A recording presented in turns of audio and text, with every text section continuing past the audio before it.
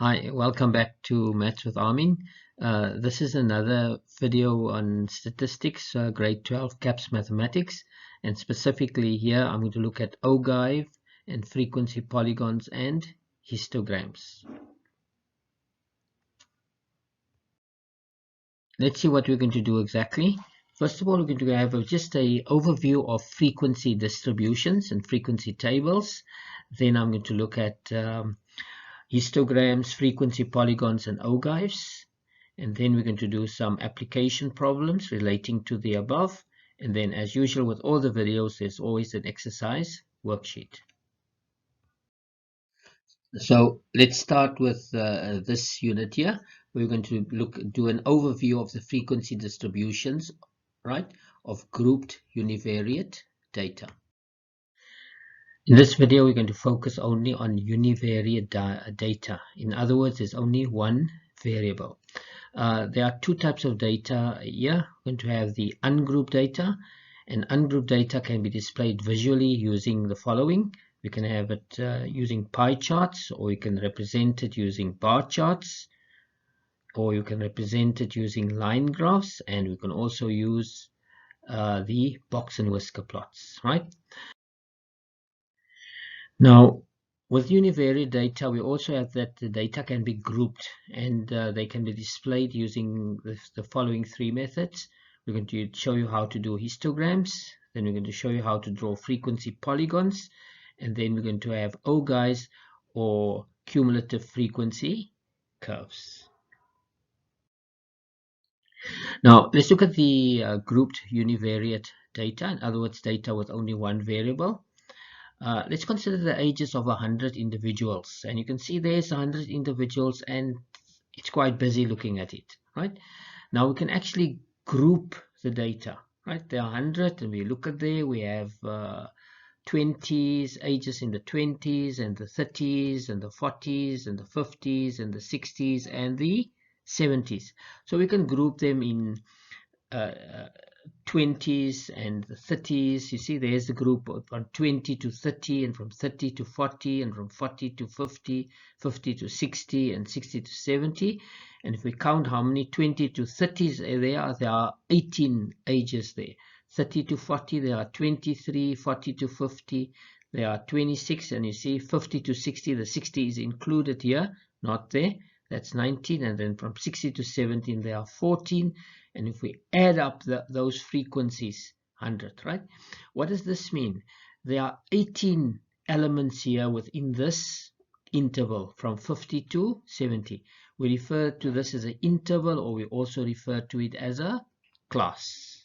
Okay, so there we have 18, and in this interval from 30 to 40, with the 40 included and the 30 excluded, that's 23. And the sum of the frequencies there would be 100. Now we want to look at how do we calculate the mean of grouped univariate data. Let's consider the same frequency table that we have there.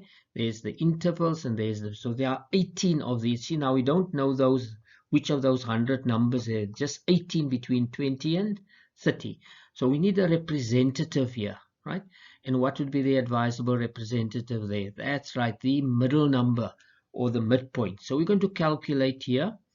As you can see, this is the way we're going to do it. We'll have to find the midpoint, and each of those values, there are 18, so it's 18 times that midpoint, 23 times that midpoint, 26 times that midpoint, 19 times that midpoint, 14 times that midpoint. And once we have the product, we're going to find the sum, and then we divide it by the total number of frequencies there. So let's create a column here where we're going to calculate the midpoints. How do we get the midpoints? Middle between 20 and 30. That's right, it's 20 plus 30 divided by 2, 30 plus 40 divided by 2, etc. And if we do those calculations, that one there is 25, 35, 45, 55, and 65. You can see there it jumps in. There's a difference of 10, 10, 10. And we can actually see the class with 30 minus 20 is 10. 40 minus 30 is 10. So now next, so once we have the midpoints, we have to find the product with the corresponding frequency. So what will that be? That will be 18 times 25, 23 times 20, 35, 26 times 45, 19 times 55.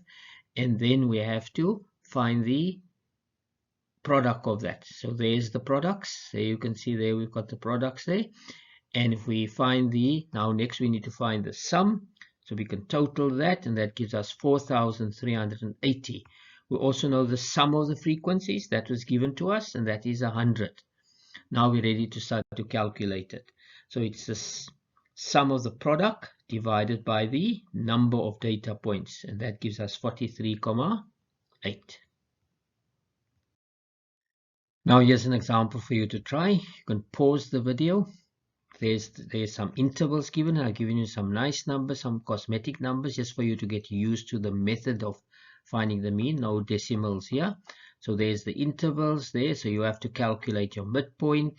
And once you get the midpoint, you find the product. And then after the product, you need to find the sum. Once you have the sum, you can substitute and you can calculate the mean. So just pause, and I think 3 minutes should be more than enough for this. Now let's look at the solution here. So you can see that there's your midpoints and there's your products, and then you find the sum of the frequencies and the sum of the products, and then you just substitute. Easy. 250 divided by 10. No calculator. Embarrassing if you do that with a calculator. That's 25. And therefore the mean for the group data here is 25. We're going to look at another representation of grouped univariate data. In this case, we're going to look at the histograms. So first of all, it's going to be grouped univariate data, and we're going to look at histograms, and this is what the histograms is going to look like. So let's see. Let's take some group data. Again, we take the same example. We've got ages, right? We're going to just represent this now with a histogram. There's the frequencies, and what do we need to represent this, right? So first of all, we need the values on the x-axis, so we'll have to represent if you want, there's our frequency table. See the table there? There's the intervals, the frequencies. You just need the intervals, and you don't need anything else but the intervals and the corresponding frequencies. We're going to need the intervals. In other words, these values here are the lower bounds. We need to have that, and then we need to use those are the upper bound values, right? And as you can see there's the lower bound. I've color coded them, and then we're going to just to understand the group data, that's the width of the interval. From 30 subtract 20 is 10, or even 40 subtract 30 is 10. So the width there is 10. So that's the class width, and the class width we can see there, we can one way to calculate it. 30 subtract 20 is 10, right? Now we're going to represent this on a histogram, as a histogram. Let's put our table there again. You can see it's group data, there's intervals and frequencies. Now there's my grid, right? So on my horizontal axis, I'll put my ages, right? So the ages is going to go there. But I now need to make provision for 20, 30, 30, 40. So let's count in tens. There's my scale.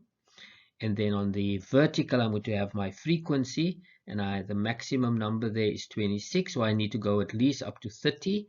So let's count there in. That's correct. You can count in fives. Okay, so that way it fits nicely there. Now we need to plot the points there. So in other words, now from 20 to 30, right?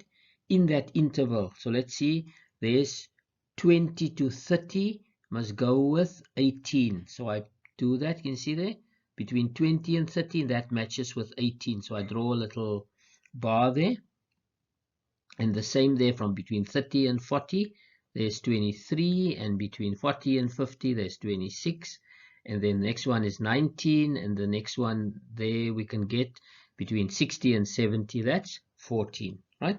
Now we're going to represent these by vertical bars. So that's the first one, that's the second one. So it's bars vertical bars that we're going to use here. And there's the fourth vertical bar, and that's that one. And this is a histogram. Okay. Don't get confused with a histogram and a bar chart. You can see there's no gaps between the bars. In the case of a bar chart, there will be gaps in between, right? So this is the histogram. So we need to have the intervals, the lower bounds and the upper bounds, and between the lower and the upper you can plot the corresponding frequency there. And this is our histogram. Now we're going to look at another representation of univariate data, and this is known as frequency polygons, right? So we're going to represent the frequencies, but we're going to represent it as a polygon. What's a polygon? That's a figure with a closed figure with a number of sides. Again, we're going to look at grouped univariate data, frequency polygons, and this is what a frequency polygon is going to look like. The polygon is this red shape there. There's the polygon, right? And at the back there we've got a histogram. So that's going to actually show you the relationship between the histogram and the frequency polygon. So let's start. There's our group data, and again there we've got our intervals and we've got our frequency. But to draw a frequency polygon, we need another set of values, and that is the midpoint. So we need to find the midpoints of the intervals there.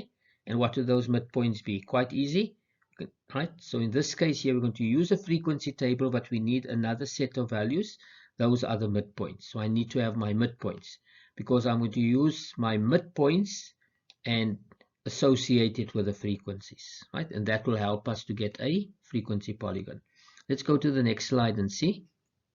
Let's see how we can represent a frequency polygon. What I'm going to do here is, let's take the histogram that we plotted previously, because we'd like to show you how the histogram and the frequency polygon are related to each other. That is our group data. Now for the frequency polygon, as we said, we need the midpoints. So we plot the midpoint 25 with 18. As you can see, there's the 25 and it goes with 18. And the same there, we'll have 35, which will go with, there's 35 with 23. And then the next one is going to be 45 with 26. And the next one is going to be 55 with 19. And the last one there would be 65 with 14. Okay. But we also need to have, because of the polygon, we need to have a point on the horizontal axis there. So we just take the interval before 20 to 30, which would be from 10 to 20. So from 10 to 20, I find that midpoint, so I need to anchor it there. And then I have between 70 and 80, I also need to have there. Now we can join those points with straight edges. See, there's it, and this shape that I have there is the frequency polygon, right? So you can see here, there's the bars of the histogram, and that point there is in the middle of the bar. Let's just take the histogram away, and this that I have there, that is now my frequency polygon. Next, we're going to look at another representation of grouped univariate data, and actually how we can represent cumulative frequency table data. And we're going to have the OGIVE, or it's also known as the cumulative frequency curve. Now we're going to look at how we calculate cumulative frequencies. If you look at the word cumulative, it means accumulate, it's adding. So when you start with 5, and then you get another 10, so now you have 15. Then you get another 20, then 15 plus 20. So let's look at this here. There we've got our interval, and there we've got our frequencies. So first of all, we start off with 5, right? And then we take that 5 and we'll add it to the 10, which gives us 15. Okay? Then we take that 15, add it to the 25. Then we get an answer. And then we take that with 15 and we get an answer. Then we take that answer with 5, right? So let's just follow that now. Can you see? That's 5 plus 10, which is 15. 15 plus 25, which is 40. 40 plus 15, which is 55. 55 plus 5, which is 60. And now if you just do the calculations, and there's our cumulative frequency. You can follow that again. We start with 5. 5 plus 10 gives me 15. 15 plus 25, which is 40. 40 plus 15, which is 55. 55 plus 5 is 60. Now notice here, if you had a 60 there and a 60 there, then you know you've calculated your cumulative frequencies correctly. Now we want to represent these cumulative frequencies, and the graph that we get is referred to as an OGIVE, or we also refer to it as a cumulative frequency curve, right? What are we going to need? On our horizontal axis, we will plot the upper limits. You see, these are the upper limits. And then on the vertical axis, we're going to plot the cumulative frequencies, right? So it's the upper bounds or the upper limits on the horizontal axis, and then the cumulative frequencies on the y-axis. So let's look at that. There I've got my table. So there I've got my, there's my upper limits, and there's my cumulative frequencies. Okay, so there I have my axis. So my upper limit is going to be part of my horizontal axis, and my cumulative frequencies, I will use that for my vertical axis. So that's what we always do when we plot a OGIVE or cumulative frequency curve. Now if I look at my upper limits 30, 40, 50, so I must make provision for that. So I can see there's my, I have a width of 10, so let's have starting with 10, 20, 30, 40, 50, 60, 70, 80, and there with the cumulative frequency, the value, the maximum there is 30, so I must make at least provision for the 30, so I can count in fives, and that's my scale there. Now the only thing we need to do is plot 30 with 3, so let's see, there's 30 with 3, you see 30 with 3, then 40 with 11, and 50 with 17, and 60 with 26, and 70 with 30. Okay, now I also need to get a point on the horizontal axis. Now then I just take the, if there was a upper bound before 30, that will be 20. So there at 20 I'll plot a point, and then once I get the points I will join the curve, right? But I need to fix it on the horizontal axis, so I use 20 and I do that, right? So there's my cumulative frequency curve there. Note, we have our upper bounds on the horizontal and my cumulative frequency on the vertical axis there. We can draw a much smoother curve. See, I can remove that, just try to draw it a little bit smoother, but you can leave it there with the straight lines as well. Okay, and there's my cumulative frequency curve, right? So I just tied it up by drawing a smooth curve instead of using straight edges there. Now we can also use our OGIVE to read off the quartiles. And what are the quartiles? That's correct. It's the median, which is the 50%, and then the lower quartile, which is 25%, and the upper quartile, which is 75%. So let's see how we do that.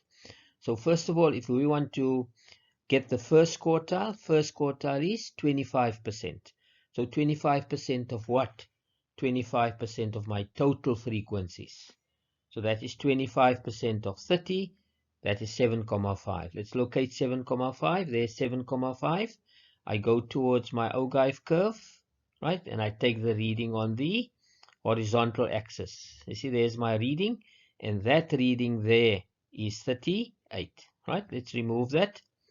Now, let's take my median. What is the median? Median is 50%. 50% of the 30. That's exactly 15. There's the 15. I go to the curve and I take the reading. There's the reading, and that reading is approximately 40, close to 50. Let's make it 48. Okay, let's take that one away. Now let's have the upper quartile, or the third quartile, that is 75%. So 75% of the 30, that's 22,5. Let's look at, there's 22,5. we go to the OGIVE, we go down to the horizontal axis, and I have to take the reading there. That reading looks like right in the middle, so let's just say it is 55. And so that's how we can read off the quartiles from a OGIVE curve there. Okay. Now next we're going to do some applications, and this is now an application of all the concepts we did in the previous two units. So let's take an example. There's a frequency table, and let's see what the context here is. This is the time spent daily viewing YouTube videos by a number of learners, right? So there's a number of learners. So there are some of the clips that are between 20 and 40, and some between 40 and 60, and that's the number of learners who view those particular clips, right? So there's my univariate grouped data. Let's see what questions we want. So we want to determine the modal class. We're going to look at that. Then we want to get the approximate mean time spent viewing. Then we want to complete the frequency table. In other words, the cumulative frequency we need to include. And then we're going to draw an OGIVE for the data. And then we're going to determine the median from that OGIVE there, right? So let's look at it here. There's my frequency table. So the first thing, identify modal. Modal is the most. So which viewing time occurs the most there? If we follow there, we can see 10 is the highest number of learners, and that goes with from between 80 and 100. So the modal class there, I can't say the exact mode, but I can get the interval where we'll find the mode, and that is between 80 and 100. And that is the modal class. Okay. Next, we want to determine the approximate mean. So you know there are 7 values, and you need to find that's correct, we'll have to find the midpoint. So I need to create a column, and we find the midpoint between 20 and 40, which is 30. So we calculate all the midpoints. Once we get the midpoints, we need to find the product. 7 times 3 is 210, 50 times 60, 70 times 8, 90, etc. Right? So we find the midpoints and the products, and once we get that, we need to find the sum. So we find the sum of the products, that is 2,410, and the total number there of the frequencies there is 35. And if we calculate that, that gives us 70 there. Okay. So that is the approximate mean, 70. Then let's look at the third question here. Now we want to complete the cumulative frequency. So I need to calculate the cumulative frequency. So let's create a column first. There's our column. So we first all have to add the 7, and then 7 plus 6, and then 13 plus 8, and then 21 plus 10, and 31 times 4. And you can check that 35 is in fact the sum of the total number of learners. So there's my cumulative frequency table. Okay. Now we want to use that to draw an OGIVE. So the OGIVE needs the cumulative frequency. And what does it need? It needs the upper limits. So I have to plot the upper limits on my X horizontal axis and the cumulative frequency there, right? So let's get the grid. So there's my grid. And I've got the scale there. So here I'm going to have the horizontal is the time in minutes, and the vertical is my cumulative frequency, the number of learners there. So we'll just have to plot the points. So we just plot all the points, you see. And then once we get the points, we need to join them. But I need to anchor it on the horizontal axis. So there I've got 60, 40, so I go to 20 and I anchor it there, and that is my OGIVE that I've drawn there. Okay. Now we want to use the OGIVE to determine the median. What is median? Median is 50%. 50% of the total number of frequencies. And what is 50% of 35? That's correct. It's 17,5. So let's locate 17,5. Go to the OGIVE. go down, and that reading looks like somewhere in the middle. Remember, it's approximate, so we can get the median there, which is about 70. Okay, so that is how we can. There are some applications relating to the OGIVE curve and the frequency table there. Let's look at the second example. In this example here, we've got the height of learners measured, and this measured in meters. And we've got the shortest learner is 1,39 meters, and the tallest one is 2,2, quite tall. And then we've got the heights represented in a histogram. So we give you the details in a histogram there. Now we want the range of the data, then the cumulative frequency column. We have to draw an OGIVE, we have to calculate the median, and we also want to get the 5-number summary. So let's see what we can get here. Let's do each one. So what is the range? The range is the difference between the maximum and the minimum. And if we subtract the minimum from the maximum, the range is 0,82 meters. Then, next we want to complete the cumulative frequency table. So there's my, I can see there, between 1,3 and 1,5, I've got 24. So there's my 24. And then between 1,5, so I first get all my intervals. There's my first interval, my second interval, my third interval, my fourth, and my fifth. And there I've got the corresponding frequencies, 24, 71, 38, 23. There I populated there. And if I get the total, I see the total is 160. How do we get the cumulative frequencies? 24 goes there. 24 plus 71 is 95. 95 plus 38 is 133. 133 plus 23 is 156. 156 plus 4 is 160. And notice if you get a 160 there and a 160 there, then you definitely have calculated your cumulative frequency correctly. Okay. Now let's look at the third example. Now we want an OGIVE. What do we need for the OGIVE? That's correct. We need the upper limits and we need the cumulative frequency. Upper limits on my horizontal, cumulative frequency on my vertical. Right? So let's just get my grid. So there I've got 1,3, 1,5, 1,7, 1,9, 2,1, 2,3.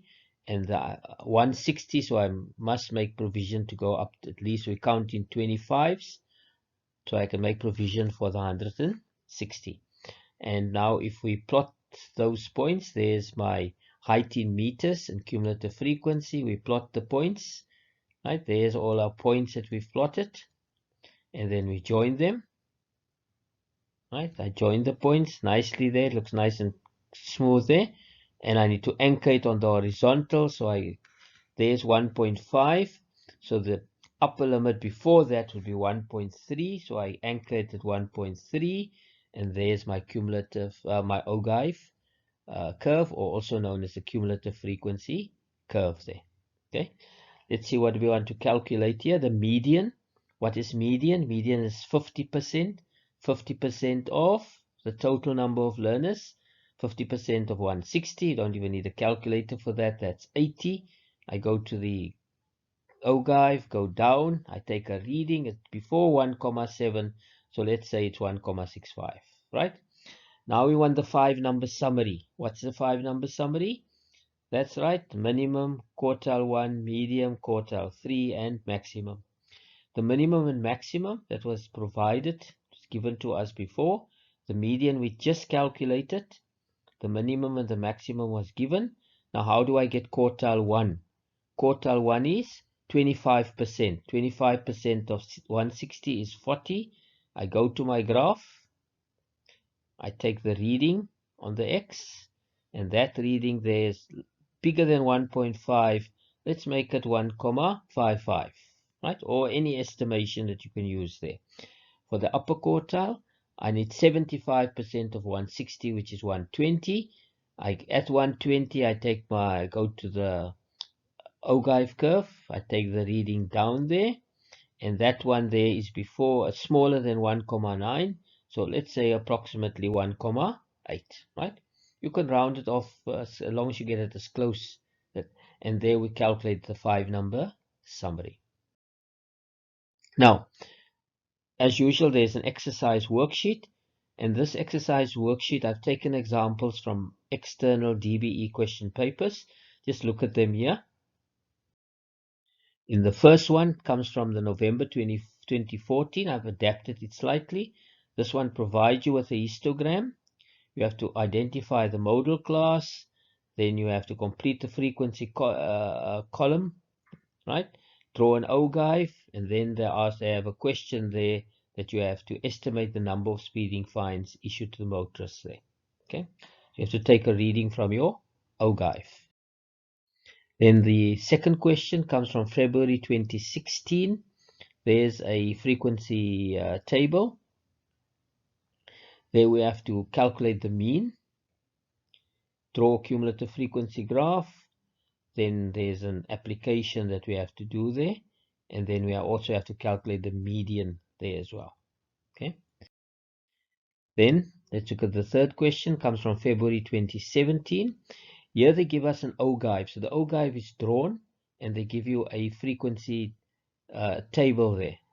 But you can see there are two values that are not known. There's an A for the first interval. The frequency is not known. And for the fourth interval, the frequency is also not provided. So first of all, how many learners visited the tuck shop? So you should get that from your OGIVE. Then they want to calculate the values of A and B, right? And then we must estimate learners who spend at least 45. So you can take the reading from your OGIVE. And then we want the 75th percentile. Which one is that? That's correct. It's another way of asking you for the upper quartile. And then we want you to calculate the interquartile range. Right? I hope you have benefited from this video and you have a better understanding now of OGIVES, and cumulative frequency. I prepared many videos on grade 12 CAPS mathematics, and the solutions to all the video exercises have also been uploaded. I will be uploading the solutions to this video as well. Just a request, please subscribe to my channel and share it with as many of your friends as possible. And if you do like, or if there's any comments, please share it with me.